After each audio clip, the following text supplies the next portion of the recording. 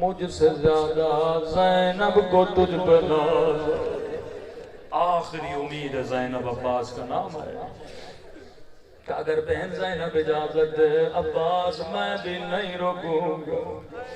خیمے کے باہر آئے، فرمایا آقا دادی غلام آیا ہے، اجازت اندر آؤں، آجا میرے لال عباس۔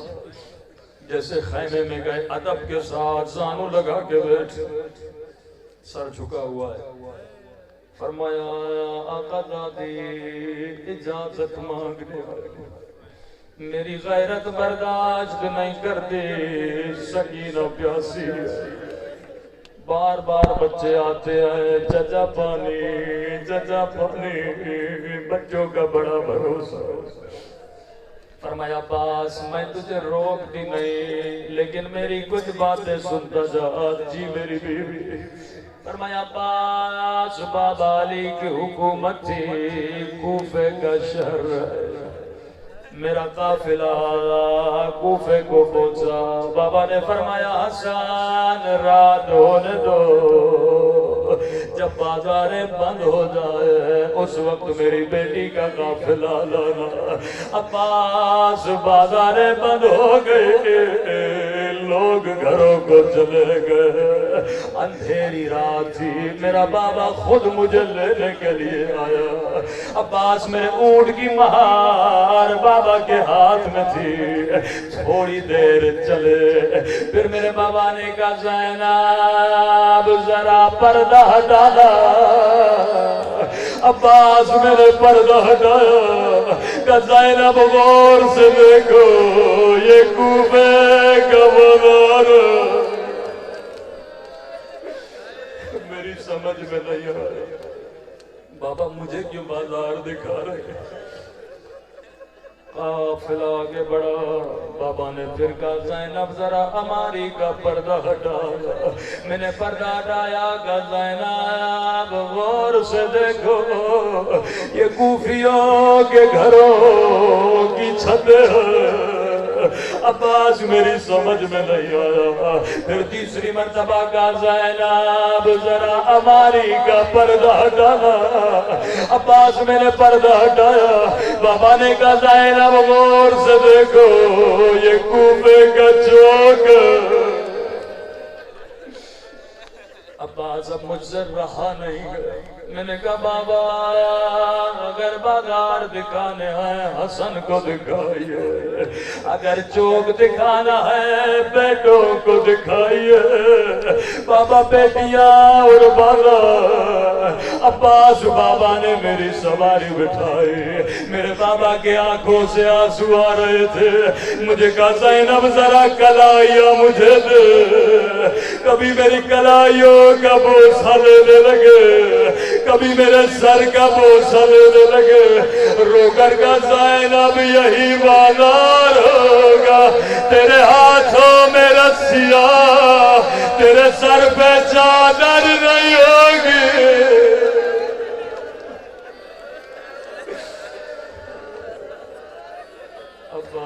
عباس میری سمجھ میں کچھ بھی نہیں آیا، میں نے کہا بابا امام ہو، علم غیب جانتے ہو، بابا میں اعتراض نہیں کروں گی، لیکن بابا ایک سوال ہے، جی زینب بابا جس بہن کا بھی ایک بھائی ہو اس کا بھی کوئی نام نہیں لیتا، او بابا اللہ نے مجھے 18 بھائی دیے۔ عباس بابا نے کہا زینب اس وقت حسن نہ رہیں گے، اس وقت عباس نہ رہیں گے، اس وقت حسین نہ رہیں گے۔ اب سنو گے زینب نے کیسے خدا غافل کیا، کہ عباس کھڑا ہو جا، دونوں باہیں عباس کے گلے میں ڈالی، کہا خدا حافظ عباس۔ اب میں زینب سمجھ گئے میری چادر اترنے کا وقت قریب ہے، میرے ہاتھوں میں رسیاں بندھنے کا وقت قریب ہے۔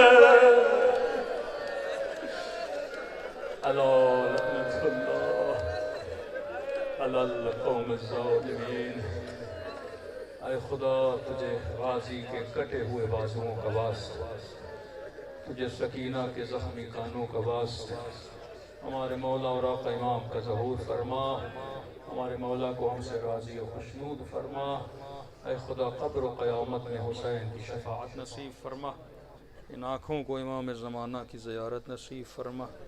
جتنے مومنین بیمار ہیں خدایا ان سب کو شفاء کاملہ عاجلہ نصیب فرما، ان مجالس کو اپنی بارگاہ عالی میں قبول فرما۔ نیاز حسین حیدری صاحب بکھیو کچھی